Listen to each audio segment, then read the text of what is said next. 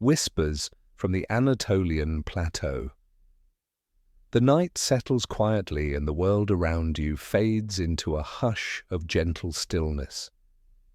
You breathe out, and in the soft rhythm of that breath, the walls of the present begin to dissolve. The lights of modern life dim, replaced by the faint glow of torches flickering in the distance.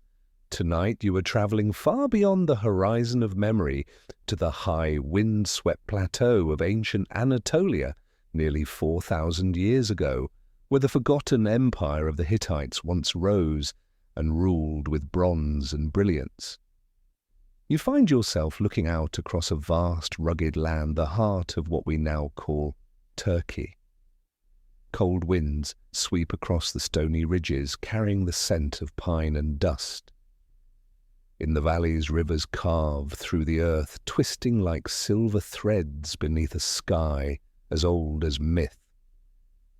It is a land of contradictions, harsh and beautiful, forbidding yet full of hidden promise. And it was here, in this fierce landscape, that one of the world's most powerful kingdoms was born, and then completely vanished. They called themselves the people of Hatti. You may know them by another name, the Hittites. At first glance you might think of other ancient powers, Egypt, Babylon or Rome, but the Hittites were different. They didn't just rival those civilizations, they changed the world beside them. For centuries they stood as equals to pharaohs and Mesopotamian kings, masters of an empire whose reach and influence stretched from the Aegean Sea to the edge of Mesopotamia. Yet after their fall, their memory slipped away as if erased by the wind itself. For over 3,000 years their name was only a whisper, a half-remembered people mentioned briefly in the Bible, their cities buried beneath mounds of silent earth. No one remembered their laws, their kings, or the empire that once commanded the trade routes of the ancient world. They had become a mystery, swallowed by time. Then at the dawn of the 20th century, everything changed. Archaeologists digging into the hills near a quiet Turkish village uncovered something astonishing, a vast city of ruins and stone walls.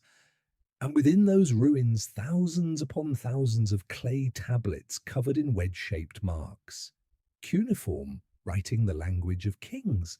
As those tablets were painstakingly read and translated, the forgotten world of the Hittites reawakened.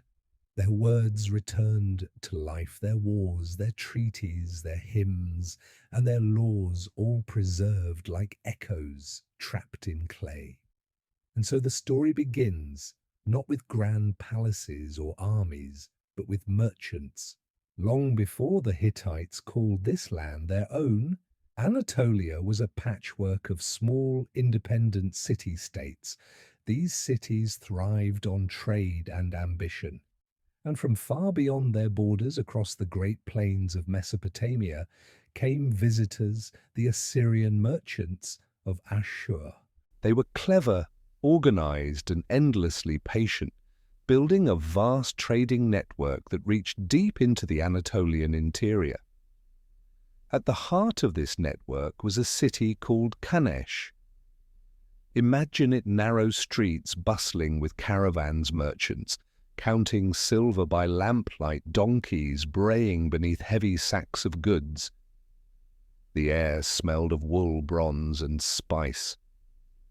Kadesh was the crossroads of the Bronze Age world, a place where language, wealth, and power converged. The Assyrians brought more than just goods, they brought writing.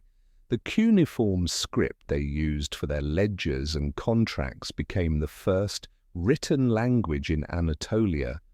On small clay tablets they recorded debts, agreements, and marriages. It was here, in these quiet records of trade, that the written history of the Hittite world first took root. The goods that passed through Kaneš were the lifeblood of the Bronze Age. Tin from the east copper from the mountains, together forming the alloy that defined the age itself. Bronze was not just a metal, it was civilization in solid form. Every tool, every weapon, every chariot wheel depended on it. Without tin, the Bronze Age could not exist, and Kaneš became the beating heart of that economy. For generations, this trade brought peace and prosperity. The local Anatolian princes grew rich from the taxes they collected on passing caravans. Yet prosperity has a way of stirring ambition. And in the shadows of these bustling markets, new powers began to rise, people who spoke a strange, musical tongue that scholars now call Indo-European.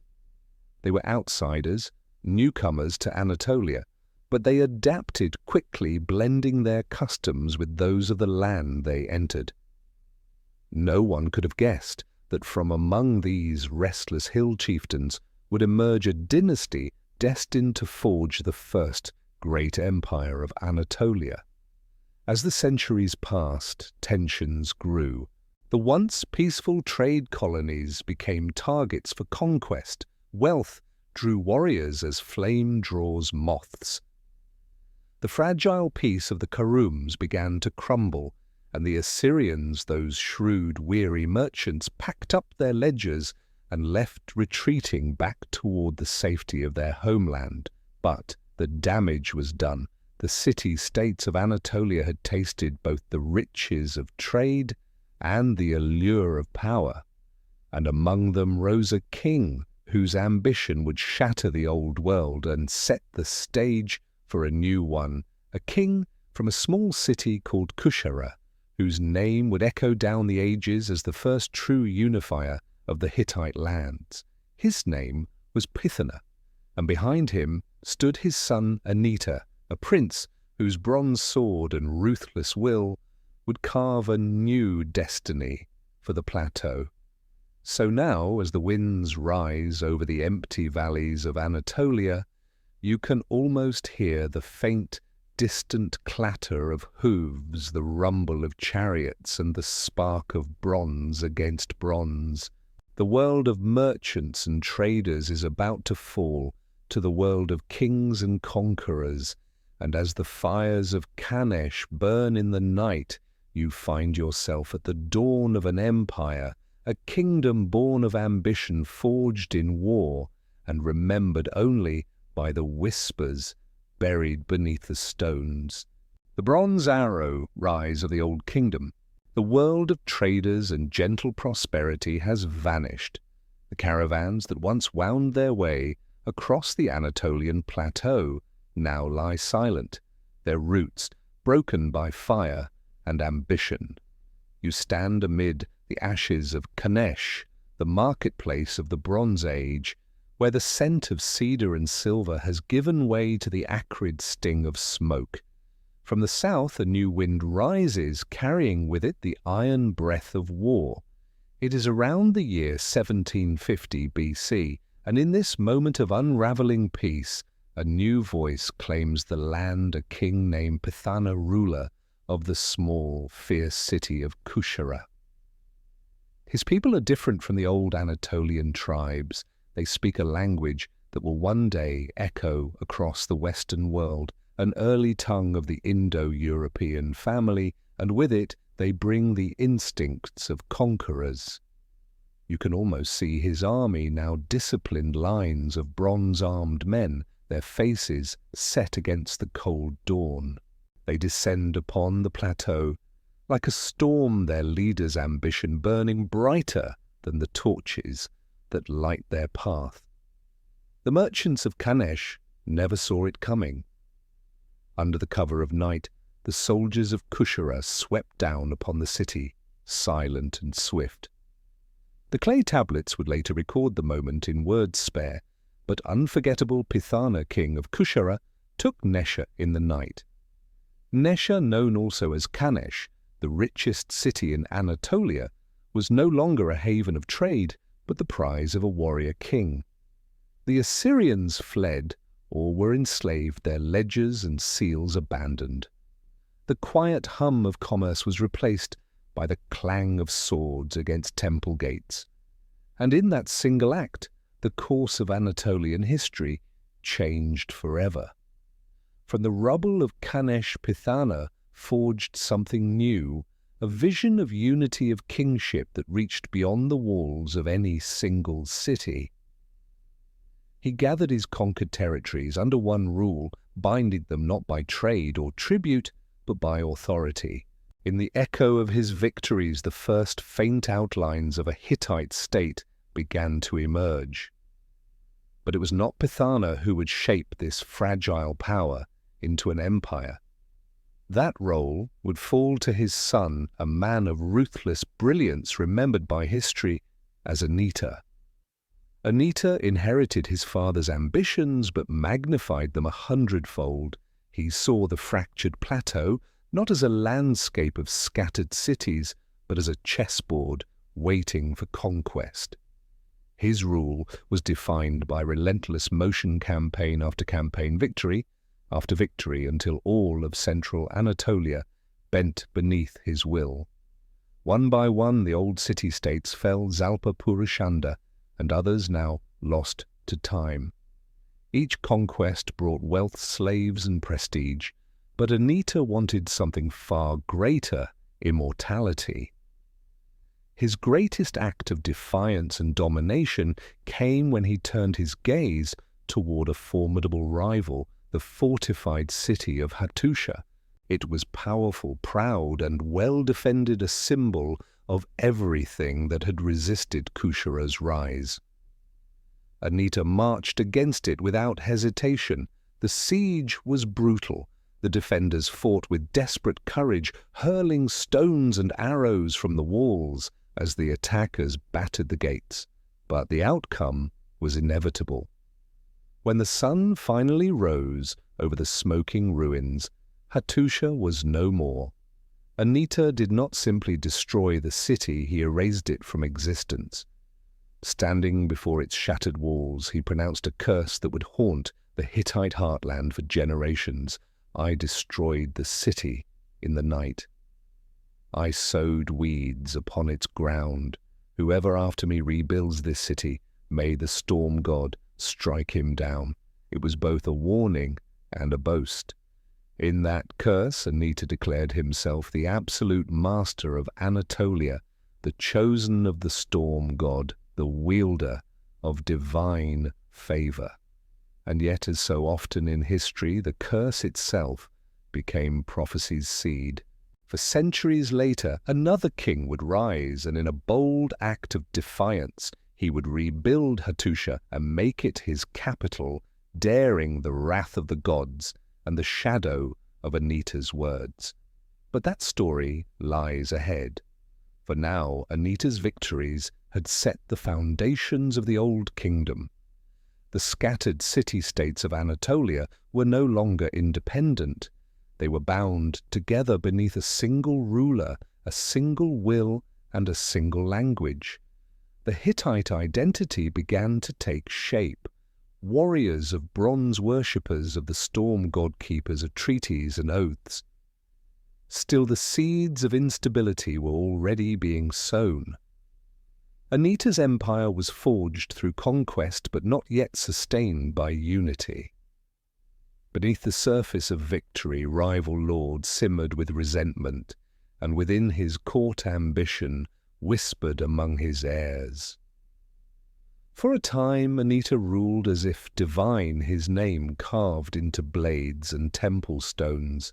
Yet, as with all mortal kings, the moment came when his voice fell silent and his lineage fractured. The once glorious realm slipped into shadow, its records growing thin and uncertain. Historians would later call this the obscure century, a time of silence between the echo of Anita's conquest and the rise of the next great dynasty. But out of that silence a figure emerged whose name would defy the curse of the past. A man who would rebuild the city Anita had damned and transform it into the shining heart of an empire. He would call himself Hattušili, the man of Hattuša. And in choosing that name, he would do more than found a capital. He would reclaim destiny itself, turning defiance into divine right. You feel the wind shift again, carrying the scent of iron and cedar. Somewhere in the distance, hammers strike stone, and the faint echo of construction rises from the cursed ruins. The gods are watching. A new king has come, one who will challenge both heaven's wrath and the weight of memory. And as the sun sets over the smouldering plateau, you can sense it, the first tremor of empire beneath your feet. The shadow of Hattusa, birth of a capital. The echoes of Anita's conquest still drift through the Anatolian winds, faint, distant, yet heavy, with the memory of fire. You stand now in the quiet aftermath of that first empire's rise and fall. The once proud cities lie half buried beneath the dust, their stone gates blackened, and their rulers long forgotten. For nearly a century the plateau is silent, a silence thick with waiting. But silence in history is never truly empty. Beneath its surface something stirs. Out of the ruins of Nesha and Kushara, a new dynasty begins to form, a family claiming descent from the conquerors of old, and at its head stands a man who will dare the gods themselves. His name is Hattušili, the man of Hattuša. The irony of that name is sharp, for Hattuša is a cursed city destroyed and damned by the ancient oath of Anita. He had declared that whoever rebuilt it would be struck down by the storm god of heaven. But Hattušili does not flinch. Where others see a curse, he sees destiny. You find yourself standing on the high hill where Hattuša once smouldered. Around you, the Anatolian winds cut through deep ravines. The land is steep, defensible, and commanding a perfect seat for a king unafraid of divine warnings. Slowly, stone by stone, the city begins to rise again. Thick walls encircle its heart, built of limestone and mud brick. Gates, crowned with lions and sphinxes, guard its approach. Within those walls, workers carve out courtyards and temples. The clang of bronze tools echoes off the cliffs, mingling with the rhythmic chants of priests invoking the favor of the storm god. The curse has been defied. Hattuša lives again, and with it the Hittite dream. From this new capital, Hattušili, begins the work of empire. He understands that a throne built on memory alone will crumble. To endure it must be bound by conquest and faith. So he turns his gaze south toward the golden lands of Syria. In this age, Syria is a patchwork of wealthy, independent city-states, Alala, Urshu, Yamhad, all glittering jewels of trade and prosperity. They control the routes to the Mediterranean and the flow of precious metals and timber. To rule Syria is to command the arteries of the ancient world. The campaigns that follow are fierce and unrelenting. The annals of Hattušili, carved on clay tablets and stored within his palace, tell the story of these wars in the king's own voice. His army moves like a storm across the mountains, burning, looting, demanding tribute. He boasts of gold, silver, and cattle seized from his enemies, tokens of divine favor and royal might. The city of Urshu becomes his crucible. Perched on a steep rise and protected by powerful allies, it resists his siege for months. The Hittites construct enormous wooden siege towers, their wheels groaning across the stones. The annals record their collapse mid-battle, crushing men beneath their weight. Still, the king presses on, rallying his soldiers with words that would echo through the ages. Do not be afraid. I am your king. When Urshu finally falls, its wealth is carried north to Hattuša. The victory cements Hattušili's reputation as a conqueror. but it also plants the seed of overreach. For while he controls northern Syria, the great kingdom of Yamhad, centered at Aleppo, still stands strong and defiant. Hattušili launches his final campaign against Yamhad, determined to finish what his predecessors began. The battle is long and brutal. The Hittite army reaches the city's walls, but the king himself is wounded in the fighting. His forces, battered and exhausted, are forced to retreat northward. The campaign ends not in triumph, but in grim realization. Even kings bleed. Back in Hattusa, the old conqueror grows weak. His body fails him, but his mind burns with purpose. He knows his empire is fragile, its borders still uncertain, its nobles restless. And so, in one of the most extraordinary acts of the Bronze Age, he gathers his family, nobles and generals for a final public reckoning. This is the testament of Hattušili, a document unlike any other of its time, a king's dying confession carved in clay. Imagine the scene: the king, frail but fierce, sitting upon a low throne in the great hall of Hattusa. Before him stand his sons, nephews and high lords, men who have fought beside him and plotted against him in equal measure. His voice trembles not from fear, but from the weight of betrayal. He names his chosen successor, the man he once trusted to carry the empire forward, his nephew Labana. But power corrodes loyalty, and Labana's arrogance has turned to treason. The old king denounces him publicly, stripping him of his title before the gathered court. His words are sharp, each syllable carrying the authority of a lifetime of conquest. You did not honor my word. You despised my commands. Therefore I reject you. In Labana's place he raises another, his grandson Muršili. Barely more than a youth, the boy stands uncertain as the courtiers murmur in shock. Hattušili leans forward, fixing the assembly, with eyes clouded by age, but blazing with will. This is my son, he declares. He shall rule after me. If he rises against my word, I will destroy him. It is both a blessing and a curse, a command to obey the gods, the throne, and the fragile balance that holds the kingdom together. Moments later, the great king is carried from the hall, his words sealed forever in clay.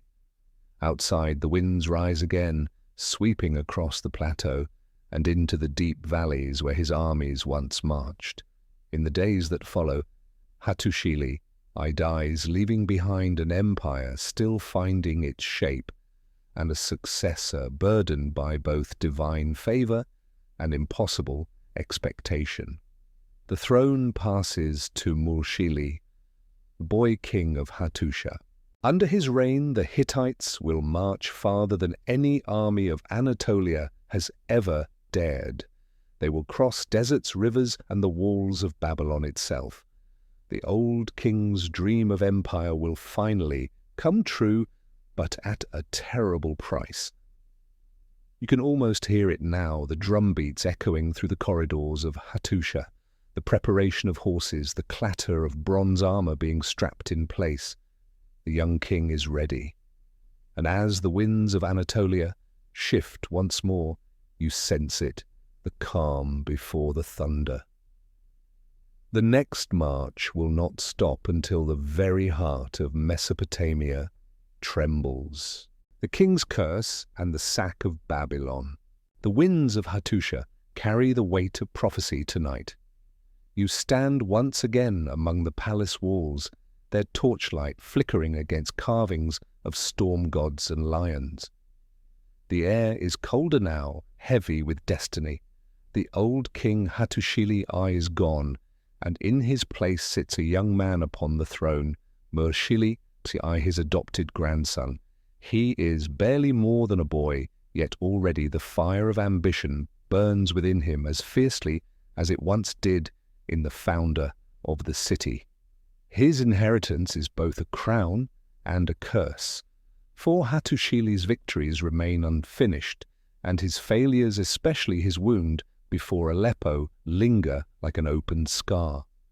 Muršili's first act as king will not be one of peace but of vengeance.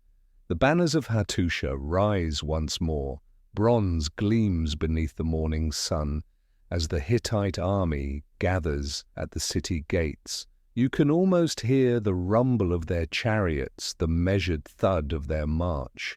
The young king's command is clear. The war against Yamhad, the great kingdom of northern Syria, must end once and for all. The siege of Aleppo is long and merciless. The Hittites surround the proud city, cutting off its water and its trade.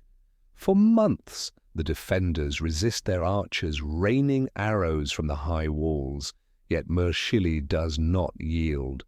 When the gates finally fall, the victory is absolute. Aleppo burns beneath the banner of the storm god.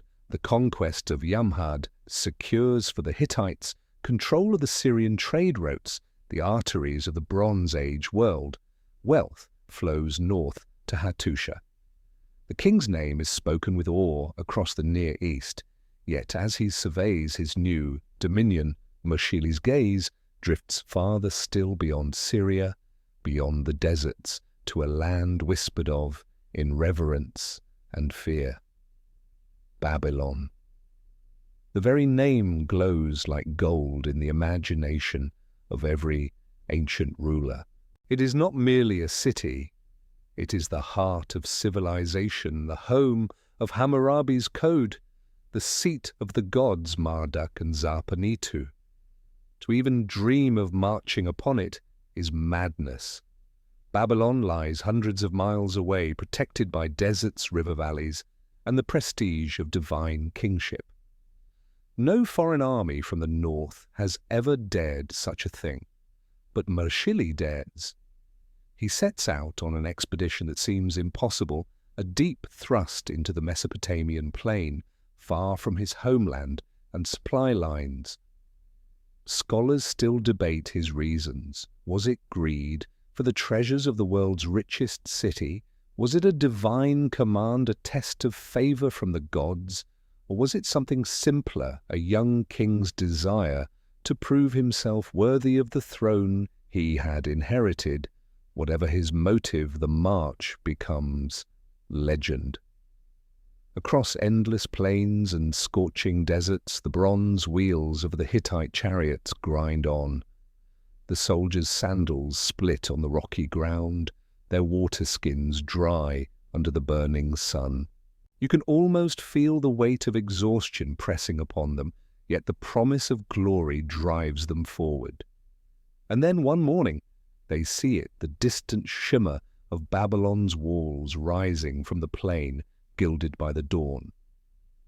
It is 1595 BC. The age of Hammurabi's dynasty has waned. The Kassites rule the city now. But the grandeur of Babylon endures, its ziggurat piercing the sky, its gates clad in blue-glazed brick. It is the very image of eternity. And yet on this day eternity falters. The Hittites strike swiftly, their tactics precise and devastating. Some accounts suggest they diverted the Euphrates River itself, a feat of both engineering and audacity, to breach the defences. When the gates finally fall, the city of Marduk trembles. The invasion is not prolonged, nor is it meant to be. Muršili knows he cannot hold Babylon. It lies too far from Anatolia, but he does not need to. What he seeks is not dominion, but shock. His soldiers pour through the streets, taking everything that shines, gold, silver, lapis lazuli, the wealth of generations. Yet the most precious prize is not metal at all. In the heart of the temple of Esagila stands the sacred statue of Marduk, the chief god of Babylon, alongside the statue of his consort Zapanitu. The Hittites seize them both. To the people of Babylon, this is not mere theft, it is cosmic catastrophe. To capture a god's image is to strip the city of its soul. The heavens themselves seem to recoil as the statues are borne away toward the north. The raid is over in days. Babylon lies stunned, its sanctuaries defiled, its spirit shattered. Muršili's army turns back toward Hattuša, their carts laden with treasures and divine trophies. The king has done the impossible. He is no longer merely a ruler of Anatolia. He is the conqueror of Babylon, the most sacred city in the known world. But victory, as the old kings learned before him, is a double-edged blade. For the gods whose statues he stole are vengeful. And in the ancient world, divine favor could turn as swiftly as the wind over the plateau. Muršili's return to Hattuša is triumphant. The people line the roads, singing his praises. The priests proclaim his glory before the storm god, yet behind the celebration shadows move. The young king's power has grown too great, too sudden, too dazzling. Envy festers in the hearts of those closest to him. His brother-in-law, Anatolian, watches from the edge of the court, his face unreadable. He smiles when others cheer, but his eyes remain cold. Power in Hittite lands is a prize never shared for long. In the months that follow, whispers ripple through the palace. Late one night, as torches flicker in the long corridors, a cry echoes through the stone halls. When dawn breaks, the streets of Hattuša are silent. The king is dead, murdered by the hand of his own kin. The man who had brought Babylon to its knees lies lifeless upon the marble floor of his palace. His reign, brilliant and brief, ends in betrayal. And as his blood soaks into the earth, it feels as though the curse of the old kings has returned once more, the curse of ambition, of defiance, of reaching too far into the realm of the gods. Muršili's assassination plunges the Hittite world into chaos. The empire that had stretched from Anatolia to Mesopotamia fractures overnight. Rebellions flare in the conquered cities. The borders shrink, and for more than a century, darkness will settle over Hattuša. But for now, as the torches burn low in the capital, you feel the sorrow of a kingdom that has lost both its conqueror and its way. The echoes of Babylon's fall still linger in the wind, mingling with the first whispers of civil strife. And somewhere in the heavens, the storm god watches silently, his judgment waiting in the gathering clouds. The iron fist and the chaos of succession. The fires of victory at Babylon have long gone out, leaving only smoke and silence over Hattuša. You stand within the great stone halls of the capital, once filled with the songs of triumph, now echoing only with the whispers of suspicion. The young conqueror, Muršili, the Caesar, the man who dared to strike at Babylon itself, has been struck down by treachery. The blade that ended his reign was not that of an enemy, but of his own blood.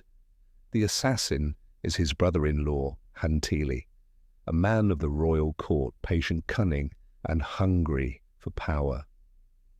With Muršili's death, the Hittite Old Kingdom, so recently at its height, plunges into turmoil.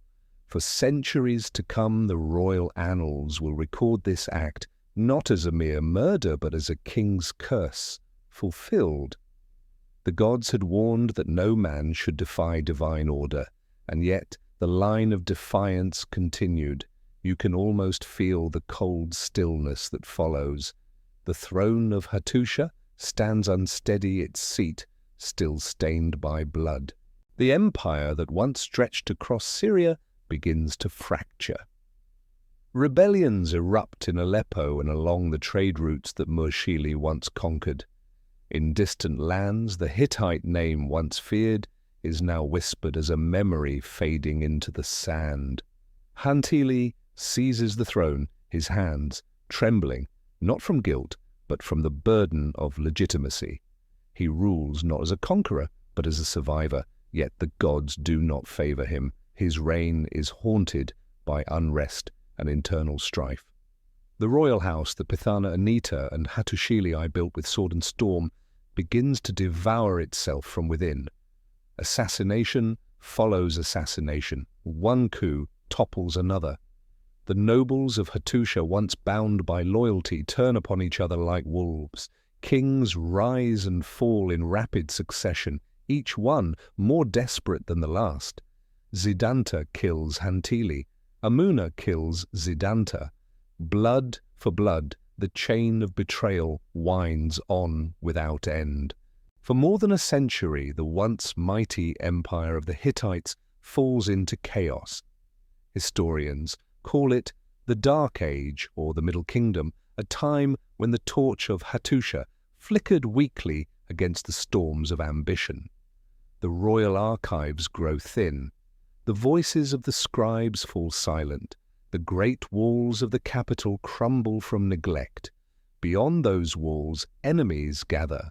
From the east rises the kingdom of Mitanni, a rising Hurrian power whose warriors sweep through northern Mesopotamia and Syria.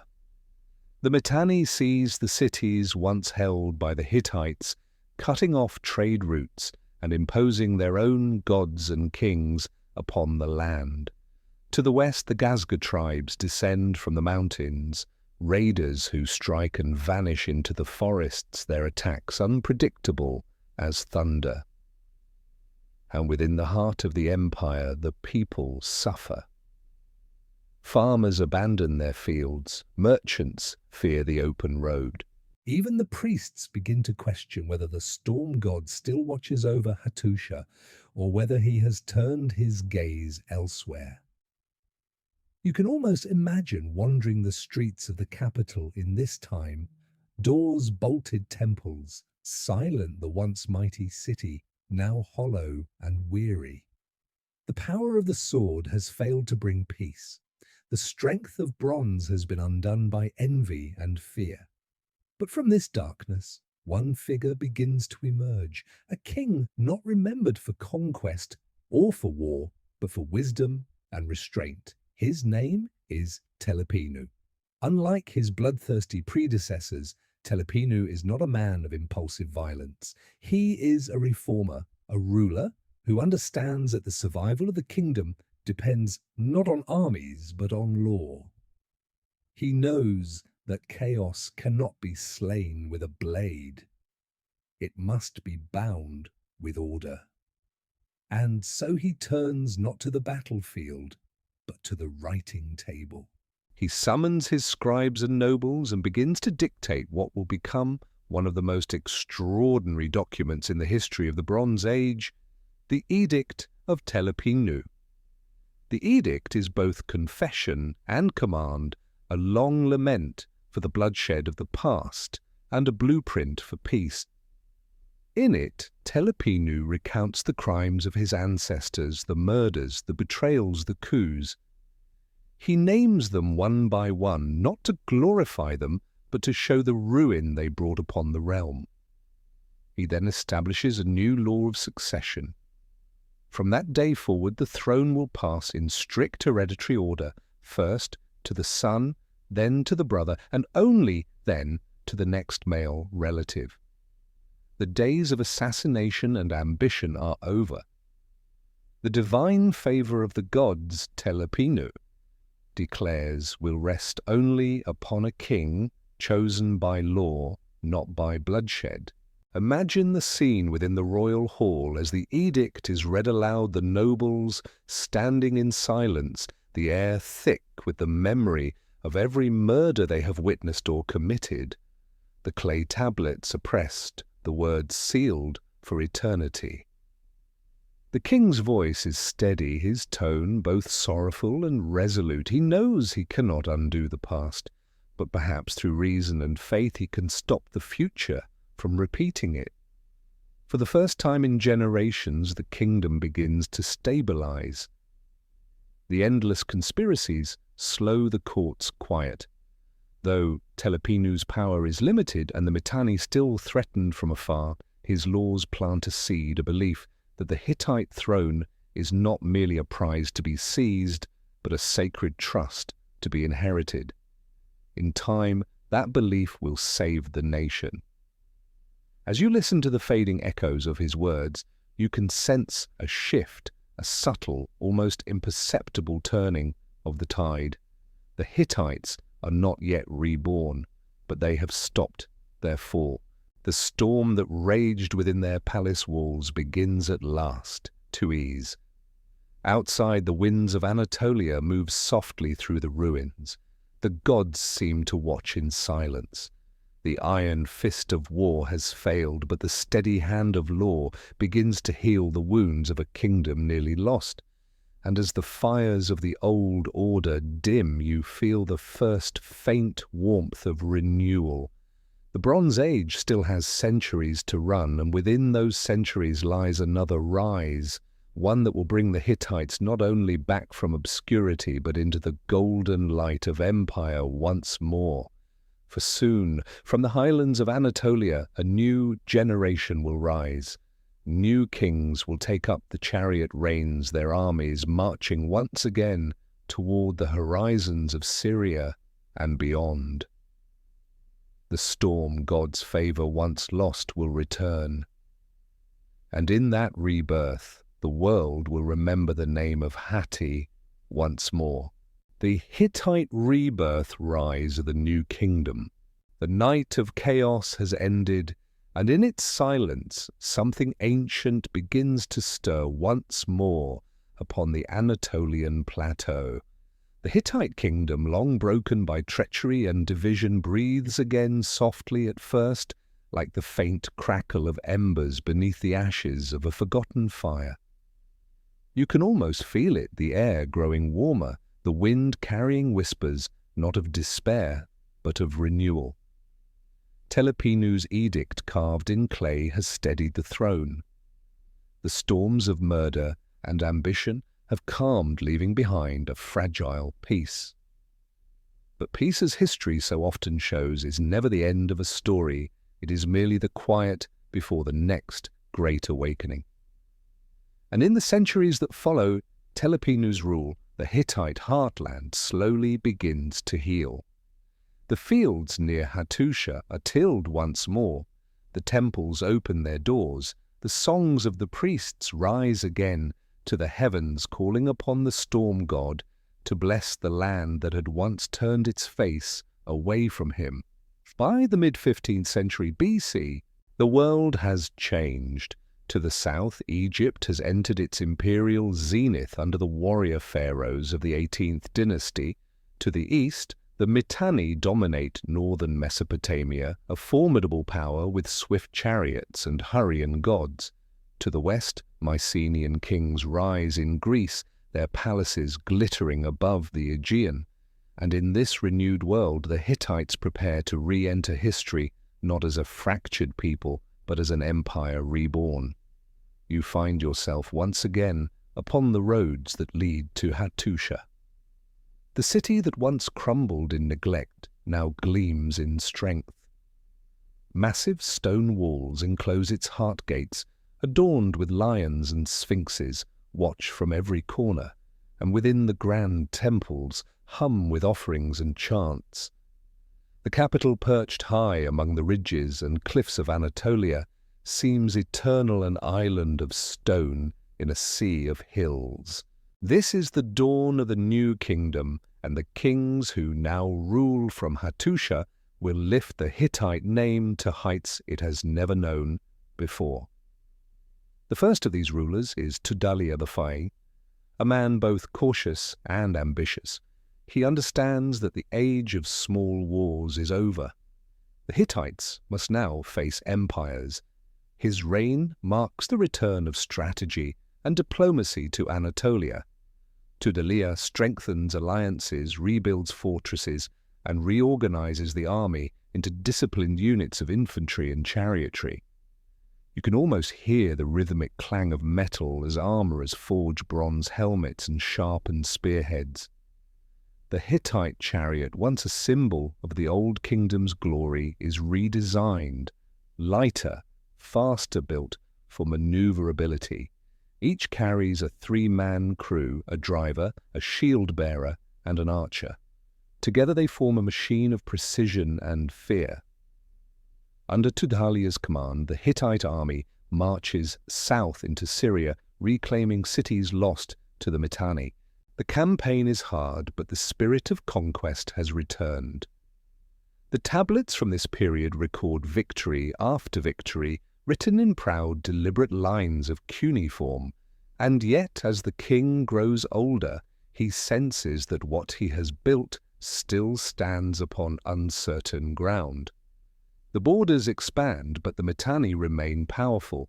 Egypt looms larger each year. The Hittites once again stand between two giants. It is into this precarious balance that the next great ruler will step, a man whose name will echo across the entire Near East, Suppiluliuma by. Suppiluliuma is unlike any king before him. Brilliant, bold, and restless, he is the true architect of the Hittite Golden Age. Under his rule, the empire will rise from a regional power to a force that challenges the might of Egypt itself. But before that rise, the stage must be set. The roads must be secured, the enemies identified, and the gods appeased. Suppiluliuma begins by turning his attention north and east, crushing the rebellious Gazga tribes and stabilizing the borders. Then he faces the Mitanni, the long-standing rivals who for generations have controlled the lands between the Tigris and the Mediterranean. He does not rush to war. Instead, he watches, listens, and plans. The Mitanni have grown complacent, their alliances fraying, their kings distracted by internal divisions.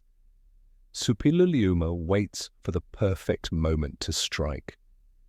And when he does, it is with devastating precision. The Hittite armies sweep through northern Syria, their chariots glinting in the sun, their standards bearing the symbols of the storm god and the sun goddess of Arina. One by one, the Mitanni cities fall: Carchemish, Aleppo, and Kadesh. The once mighty Mitanni are broken, their empire collapsing under the weight of Hittite strategy and ambition. The victory is not only military, it is divine. Suppiluliuma sends word to the priests in Hattuša. The gods have favored the Hittites again. Offerings are made, processions fill the streets, and the air resounds with the sound of bronze bells. You can almost picture it, the great gates of the capital thrown open, the people kneeling as the king returns in triumph. Behind him roll the spoils of war, gold horses, chariots, and captives. But his gaze is not upon the wealth, it is upon the horizon. For even as the Mitanni fall, another rival awaits. To the south, in the fertile valleys of the Nile, the Pharaoh of Egypt watches the rise of the Hittites with growing unease. Two empires now stand face to face, their borders touching in the lands of Syria. The stage is set for one of the greatest rivalries of the ancient world. Yet for now, the air in Hattuša is filled with celebration. After centuries of silence, betrayal, and blood, the name of Hatti is spoken once again with reverence and fear. The empire of the Hittites has returned, reborn from ruin, tempered by law and driven by ambition. The storm god has forgiven them. The curses of the past have lifted. The fires that once consumed the capital now light its temples. And as the sun sets over the walls of Hattuša, you feel the power of renewal coursing through the land, the pulse of a civilization rising to claim its place among the immortals of the Bronze Age. But beyond those glowing walls, the winds of destiny stir once more. For every empire that rises must soon face its reckoning, and the Hittites are marching toward theirs. The Mitanni challenge King Suppiluliuma eyes gambit. The dawn light spills over the Anatolian highlands, glinting off the bronze helmets of soldiers gathered beneath the city walls of Hattuša. The sound of chariots being harnessed fills the morning air. the rhythmic snort of horses, the creak of leather, the low murmur of commands passed between officers. You can almost feel the electricity that hums through the ranks, for today the Hittite army marches under the banner of a king whose name will become legend, Suppiluliuma, master of strategy, cunning, and destiny. The air smells of dust and cedar smoke as the king steps into the sunlight. He is tall, commanding his gaze, sharp as obsidian. In his presence, even the veterans of 100 campaigns stand straighter. He carries not just the authority of a ruler, but the fire of revival. For Suppiluliuma believes that the gods themselves have chosen him to restore Hatti's dominion over the world, and before him lies a challenge worthy of that divine calling, the Mitanni kingdom, the greatest rival of the age. For generations the Mitanni had ruled the lands between the Tigris and the Mediterranean, their kings speaking the Hurrian tongue and invoking the Indo-Aryan gods Mitra, Varuna, and Indra had dominated northern Syria and Mesopotamia. Their chariots, swift and deadly, were the envy of the ancient world. But now, in the late 14th century BC, the Mitanni are divided.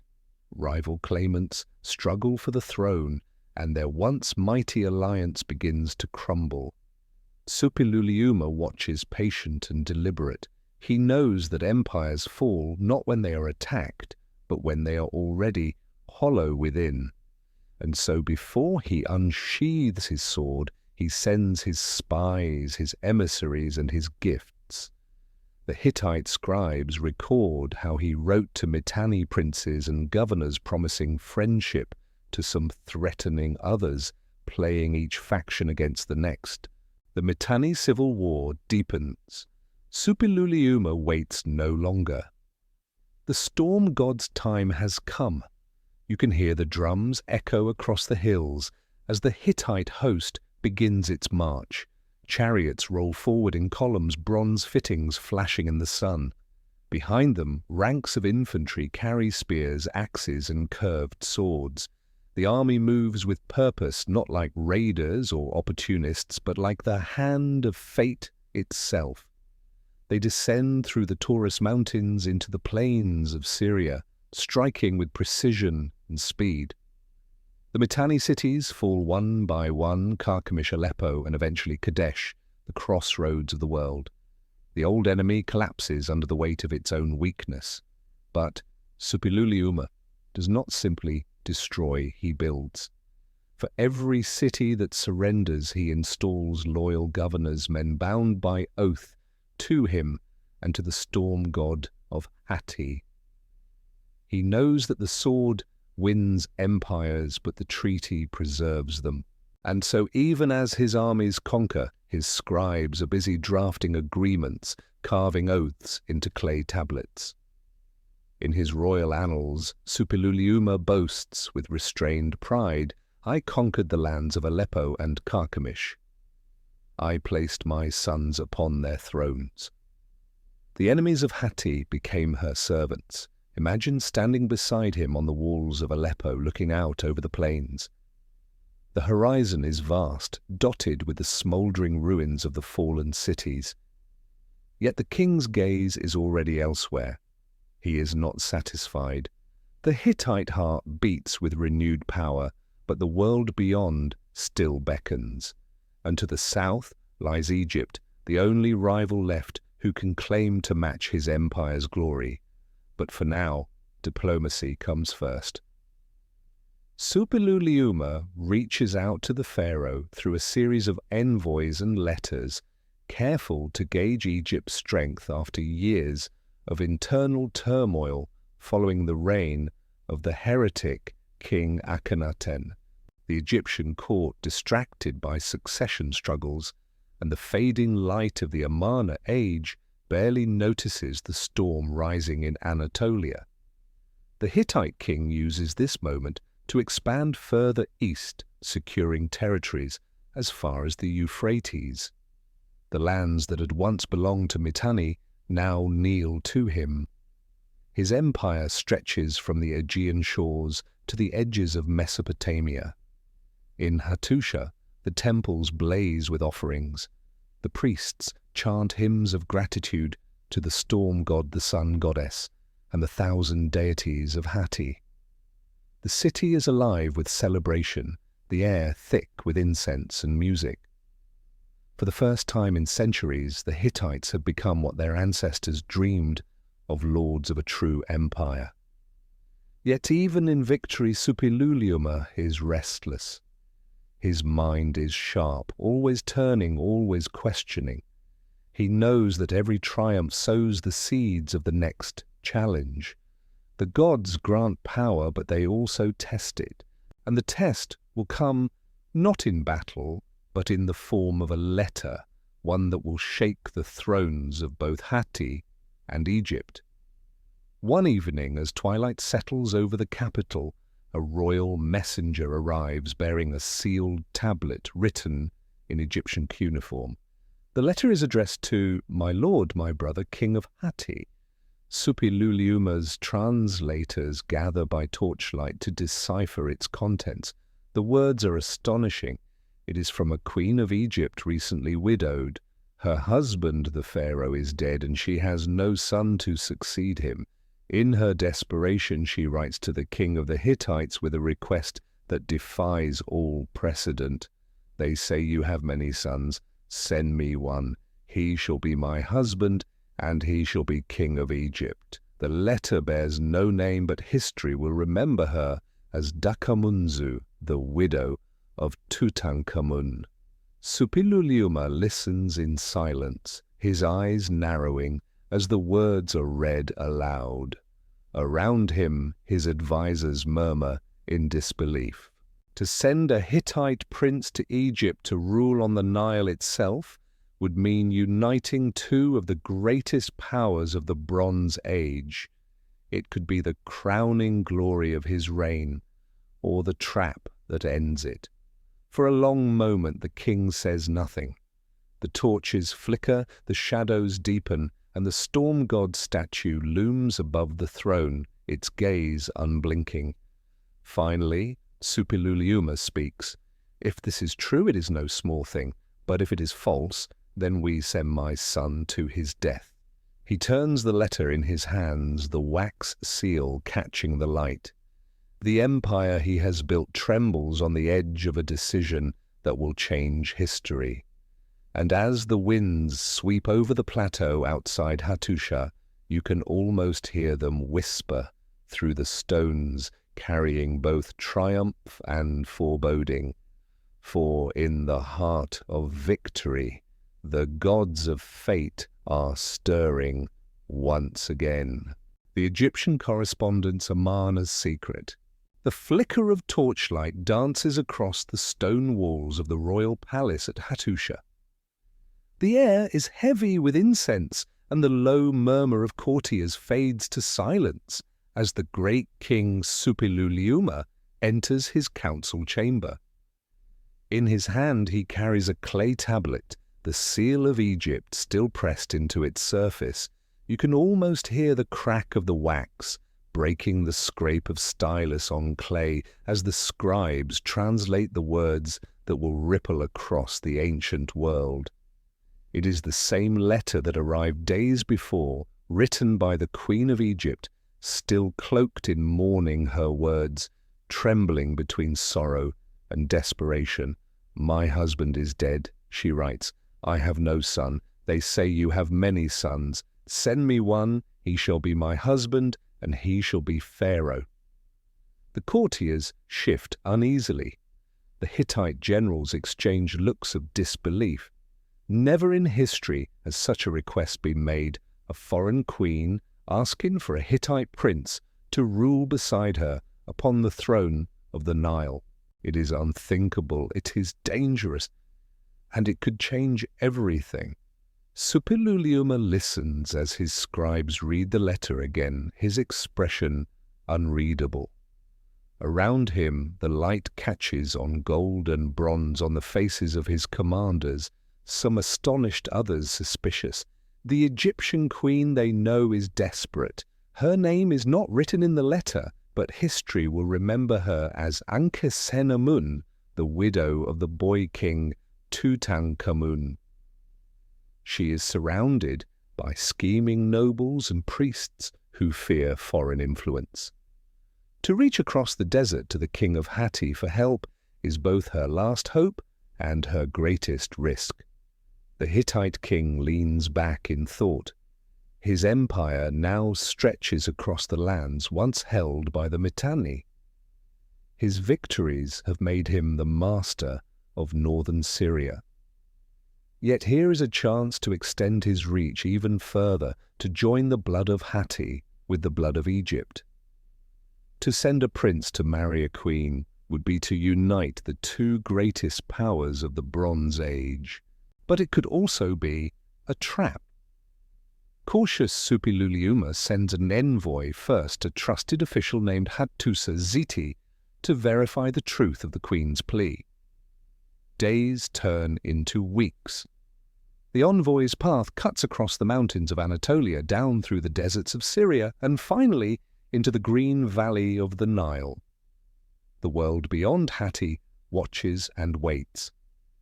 When the envoy returns, his face is sun-darkened and weary, but his words bring fire to the Hittite court. The queen's message, he swears, is genuine. Her situation is dire, her appeal sincere.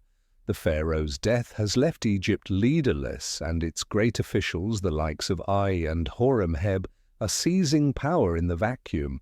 Suppiluliuma nods slowly. The gods, it seems, have offered him a chance at immortality. He gathers his council once more, and the decision is made. A son of the royal house will go to Egypt. The chosen prince is Zananza, one of Suppiluliuma's younger sons, noble, courageous, and untested in the ways of court intrigue. You can picture him now, standing before his father, the torchlight glinting off his bronze ceremonial armor. His journey will be long, his purpose unprecedented. To the Hittites it is a moment of pride and divine favor. The storm god himself, they believe, must be smiling upon this union. But beyond the mountains, darker forces are already in motion. The Egyptian court is divided. The old priests of Amun and the generals of the army cannot stomach the thought of a foreigner, let alone a Hittite, wearing the double crown of Upper and Lower Egypt. They plot in silence, their messages carried in secret through the halls of Thebes and Memphis. The queen's plea has sown fear among her own people. Zananza's journey begins under favorable omens. The Hittite chronicles describe his departure as a grand procession, the prince accompanied by guards, scribes and gifts fit for a royal marriage. They cross the Taurus Mountains, follow the Euphrates, and turn south through the lands Suppiluliuma himself had conquered. The air grows warmer, the roads longer, and the world seems to hold its breath. But Zananza never reaches Egypt. The news arrives weeks later, delivered by a breathless messenger, his face pale with dust and terror. The young prince has been murdered, ambushed, slain before he could reach the Nile. The queen's message was genuine, but her enemies acted faster. Somewhere along that treacherous route, Egyptian agents struck, ending the hope of an alliance before it began. In Hattusha, the moment the words are spoken, the great hall falls silent. Suppiluliuma's jaw tightens, his hands clenching at his sides. The torches flicker, casting his face into shadow. His voice, when it comes, is quiet but filled with fury. "They have slain my son. The Egyptians have killed a prince of Hatti." Rage consumes him. The dream of peace between the two great empires shatters like a clay tablet underfoot. Suppiluliuma swears vengeance. Soon the Hittite armies march south again, not to marry but to avenge. The frontier lands of Egypt's northern territories, Amurru and the Syrian border states, feel the weight of Hittite retribution. Villages burn, fortresses crumble, prisoners are taken by the thousands, but among those prisoners lies the seed of a new tragedy. For within their ranks, unknown to the Hittites, is plague. The captives are brought back to Hattuša, their illness spreading through the royal household. What begins as a cough becomes a fever. What begins as vengeance turns into devastation.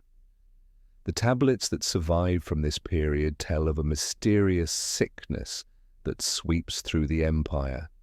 The scribes record prayers, offerings, desperate pleas to the gods to lift their wrath. Suppiluliuma himself falls ill. The king who had conquered half the known world, who had humbled Mitanni and shaken Egypt, now lies in his palace chamber, shivering beneath linen sheets. The priests burn incense and recite hymns, but the air smells only of sickness and smoke. Before long, the great king dies, struck down not by armies, but by invisible hands. His eldest son and heir, Anatolian II, follows him into death soon after. The empire stands still, mourning not only its ruler, but the end of its brightest age. And so the letter that promised alliance instead brought destruction. A queen's cry for help became the spark that carried pestilence across an empire. Yet from this darkness, one figure remains, the surviving son of Suppiluliuma, a man who will inherit not the glory, but the burden of his father's legacy. His name is Muršili II. You can almost feel the chill of the wind through Hattusha's streets as the boy steps forward to claim the throne. The torches burn low, the city quiet. The gods have taken much from Hatti. But the story is not over. The young king will soon raise his eyes to the heavens and ask the questions that have haunted rulers since the dawn of time. Why do the gods punish the just? Why do plagues follow victory? And in his search for those answers, the empire will learn the meaning of faith, suffering, and endurance.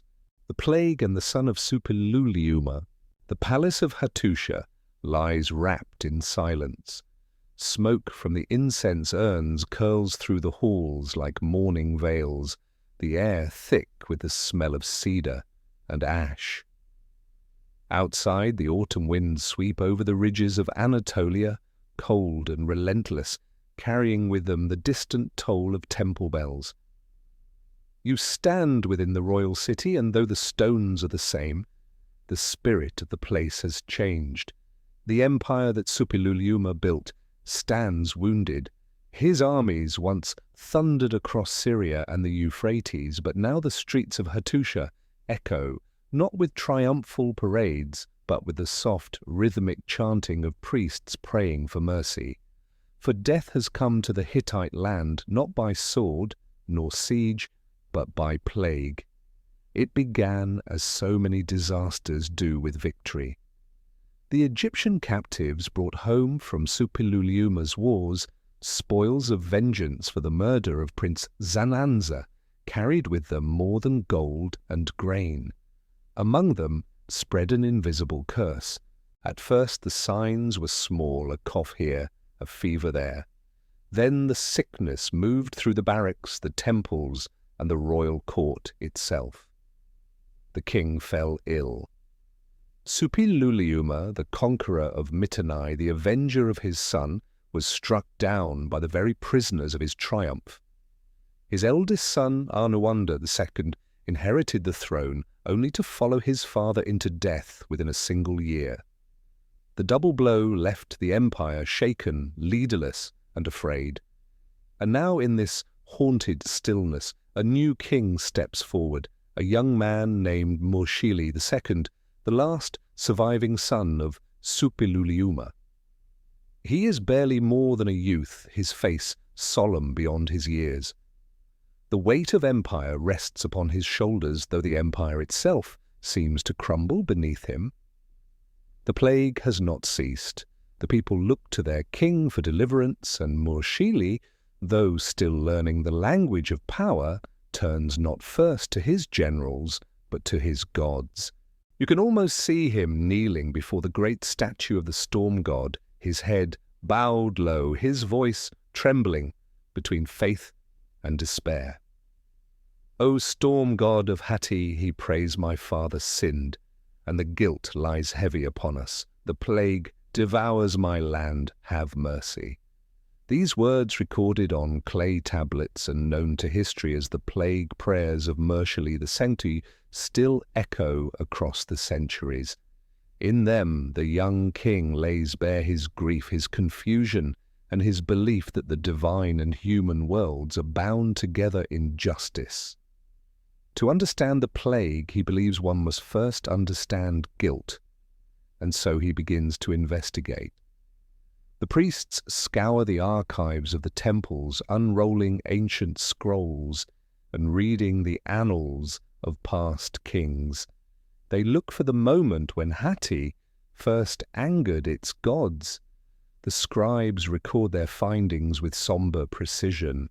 The answer, they decide, lies with Suppiluliuma's war against Egypt, the slaughter of their soldiers, the taking of their captives, the blood spilled in vengeance.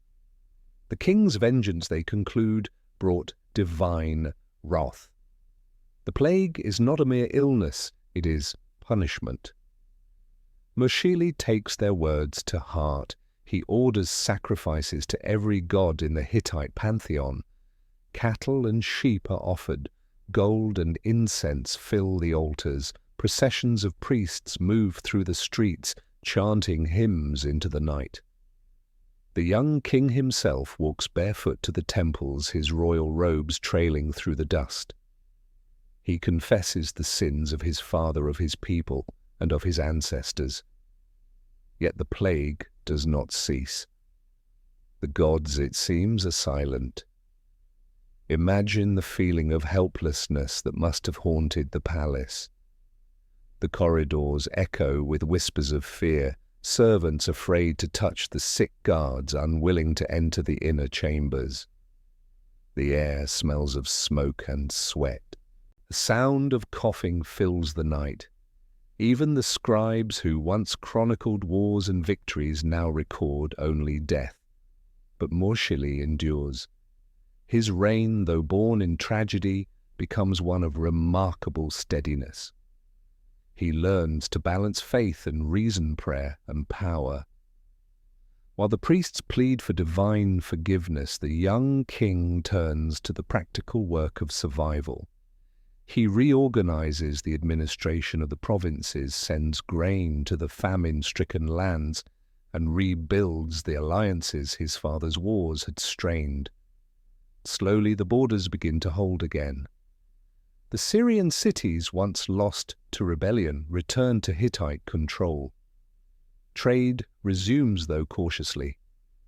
And though the plague lingers, life stubborn, as the grass that grows between stones begins to return. Muršili's writings reveal a mind both rational and deeply spiritual. He does not rage against the gods, he seeks to understand them. His prayers, read like conversations, pleas for clarity, not merely deliverance. In them he acknowledges his own doubt, his grief and his smallness before the vast machinery of fate. In one tablet he writes, "My father, the great king, sinned, but what of me, his son, I did not sin. Why then does the plague not end?" It is a question that transcends centuries, the question of every soul that has ever faced suffering without reason. And perhaps that is why Muršili's words still feel human even now. They are not the proclamations of a god-king, but the prayers of a man standing in the dark, searching for light.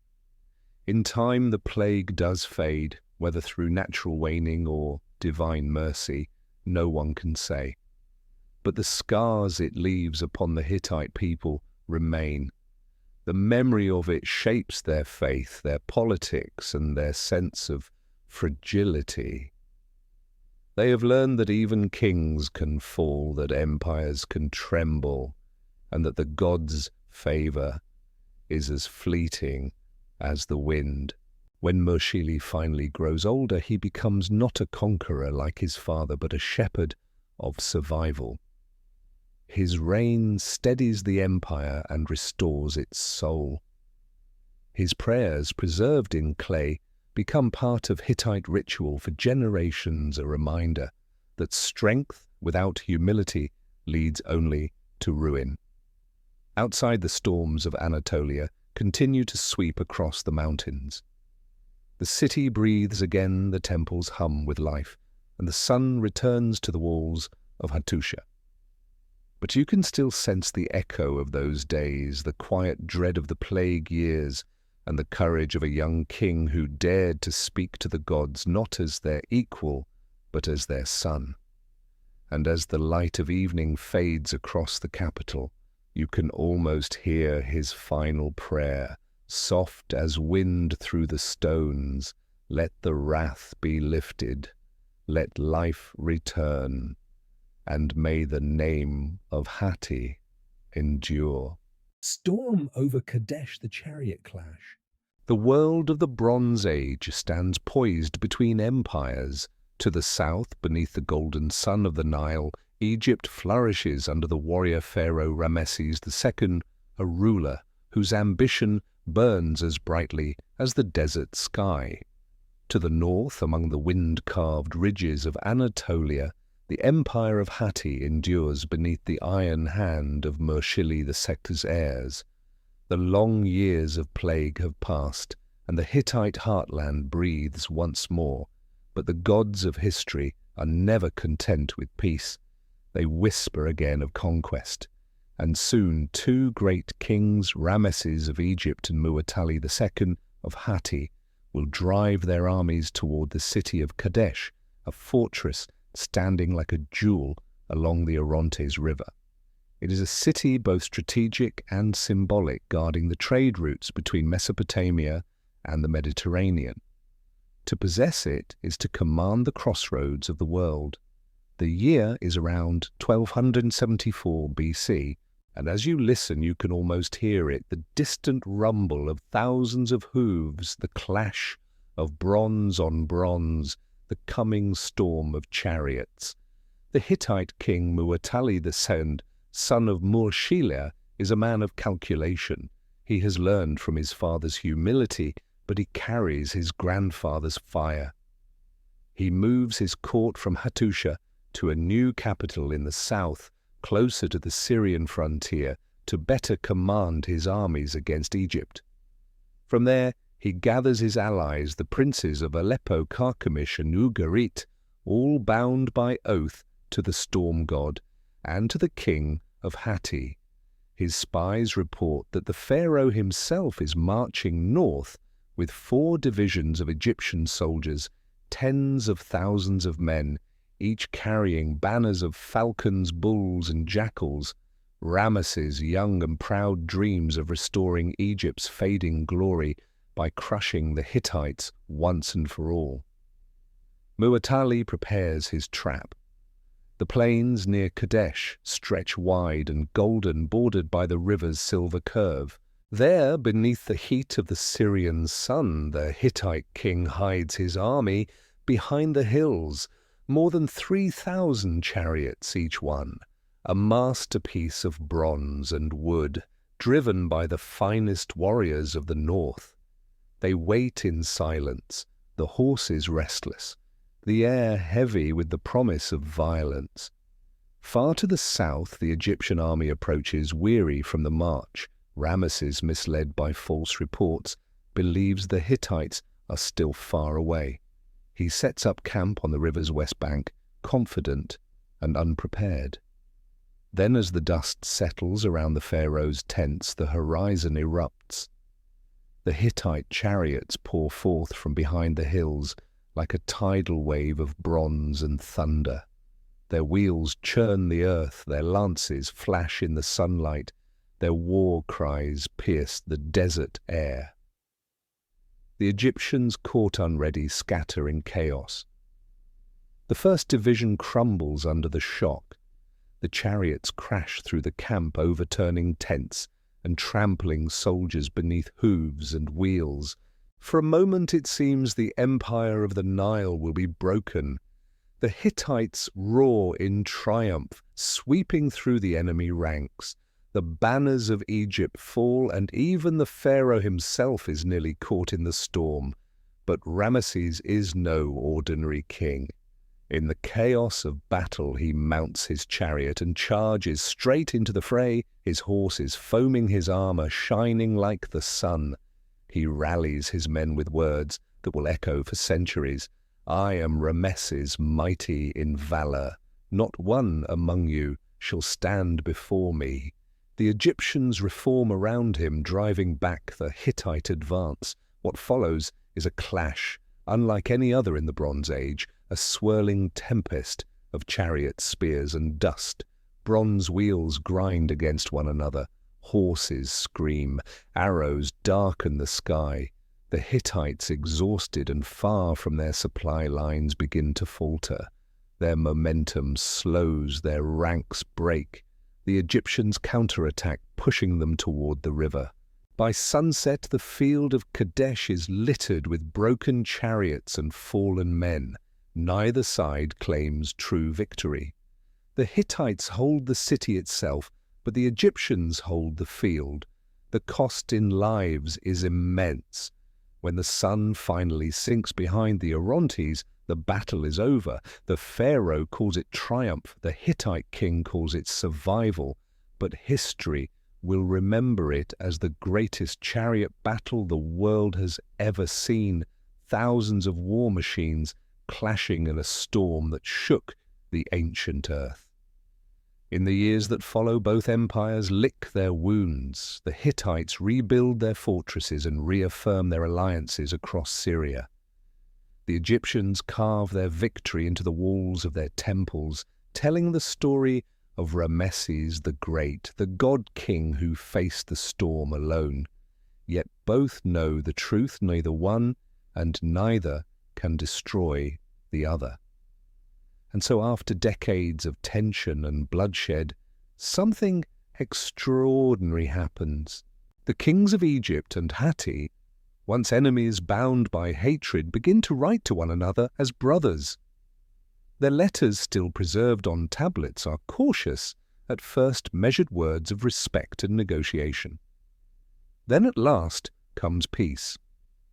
The Treaty of Kadesh, signed between Ramesses II of Egypt and Hattusa III of Hatti, becomes the first known international peace treaty in history. Its words, carved in both cuneiform and hieroglyphs, declare, "Let there be peace and brotherhood between us forever." Imagine the scene: two mighty empires, their soldiers once locked in mortal combat, now sending emissaries bearing gifts of gold, ivory, and horses. In Hattusa, the scribes press clay tablets declaring eternal friendship. In Egypt, Ramesses has the treaty carved upon the walls of his temples for all eternity. It is a rare and shining moment in the long story of human struggle, a moment when kings chose words over weapons, oaths over conquest. But peace, even then, is fragile. Behind the formal greetings, both empires continue to watch one another with wary eyes. The world of the Bronze Age stands on a knife's edge. New threats stir in the shadows: Assyria to the east, the Mycenaeans to the west, and nameless forces yet unseen upon the sea. And as the winds rise once more across the Anatolian plateau, you can feel it, the uneasy calm before the final act. The Hittites have survived their greatest battle, but their destiny is not yet secure. For even as the ink dries upon the tablets of peace, the gods begin to write a different ending in the sands of time.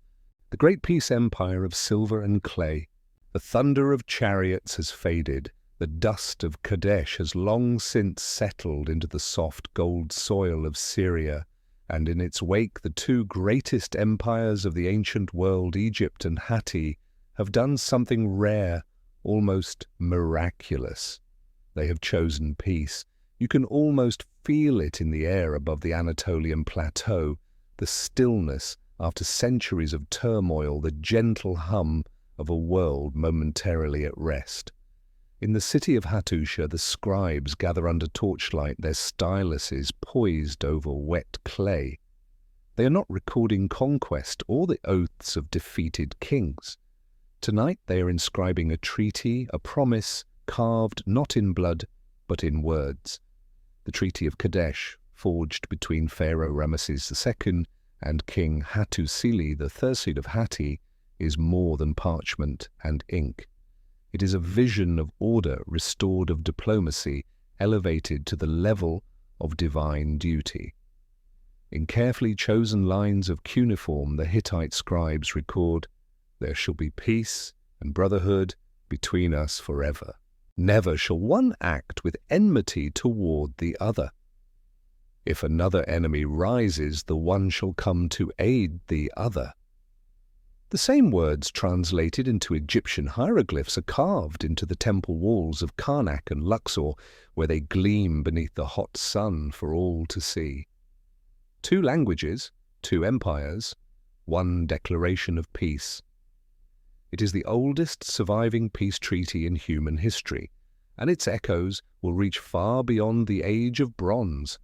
The reign of Hattusili III, who signs this treaty, marks the height of Hittite civilization, the calm heart after centuries of storm. He is not a conqueror like Suppiluliuma, nor a zealot like his forebears, but a diplomat, a reformer, and a survivor. His rise to the throne is itself a story of intrigue and endurance. As the younger brother of King Muršili II, he once served as a priest and general, loyal but watchful. When his brother died, the crown passed not to Hattusili, but to Muršili's son Urhi-Teshub. A bitter struggle followed. The younger king attempted to strip Hattusili of his power, but the old warrior would not be silenced.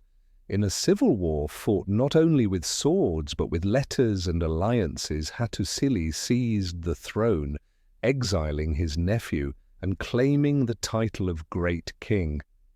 Yet, unlike the bloody usurpers of the Old Kingdom, Hattusili sought to heal, not destroy.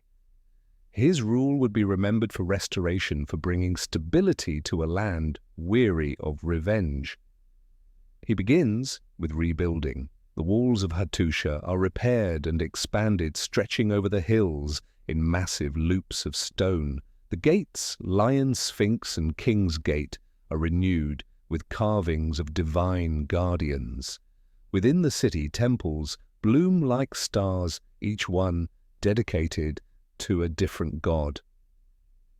The people of Hatti, after generations of war, once again lift their eyes toward the heavens with hope rather than fear. Trade routes reopen. Caravans once more wind through the mountains of Anatolia, carrying tin, copper, silver, and lapis lazuli. The air of the capital fills with the mingled tongues of merchants, Akkadian, Hurrian, Egyptian, and even Mycenaean Greek. The markets overflow with textiles, bronze tools, and delicately painted pottery. The Hittite Empire, once defined by its armies, now glows with the prosperity of peace. And yet Hattusili's most enduring work is not in stone or bronze, it is in clay. He establishes a great library in Hattuša, a repository of wisdom unmatched in the ancient world. Within its archives, thousands of tablets are stored, hymns to the gods, letters between kings, treaties, laws, rituals, and histories. The scribes of Hatti become the keepers of memory, preserving not only their own language, but those of their neighbors. To walk among those shelves in the flickering light of oil lamps would have been to wander through the mind of a civilization. You might see a prayer to the sun goddess of Arina beside a letter from a Babylonian merchant, a record of grain harvests next to a myth of creation, a legal edict beside a song of mourning for a fallen king. The empire of Hatti becomes an empire of words. In these years of peace, the royal family of Hatti and Egypt even intermarry. Hattusili's daughter, Princess Puduhepa, becomes queen, a woman whose intellect and presence rival that of her husband. Together they rule not merely as monarchs, but as partners. Puduhepa is a priestess of the sun, goddess, a diplomat, and a reformer. She oversees temple administration, legal reforms, and foreign correspondence. Her letters to Ramesses II, preserved on clay tablets, reveal a voice both regal and shrewd. In one, she reminds the pharaoh of his promises with a touch of gentle sarcasm. "My brother, you have written to me of friendship, yet I have not seen the gold you promised." It is a glimpse of politics wrapped in poetry, a reminder that even peace requires negotiation. The world of the late Bronze Age flourishes under this uneasy harmony. Egypt, Babylon, Assyria. Mitanni's remnants and Hatti form a circle of empires bound by treaties, trade, and diplomacy. Ambassadors travel between them carrying gifts and letters inscribed with blessings from their gods. But beneath the polished surface, the old tensions remain. To the east, Assyria grows restless. To the west, strange ships begin appearing along the coasts of the Aegean raiders with unknown tongues and weapons of iron. Hattusili grows old, his hands frail, but his mind sharp. In his later years, he dictates his apology, a remarkable work of self-reflection, a king's memoir carved in clay. In it, he recounts his struggles, his exile, his battles, and his triumphs. But most of all, he justifies his rule, not by divine right, but by divine testing. He claims that every hardship he faced was sent by the gods to prepare him for kingship. It is the first political autobiography in history. When he dies, the people of Hatti mourn not with fear, but with reverence. His reign, long and peaceful, becomes the standard by which all later kings are measured.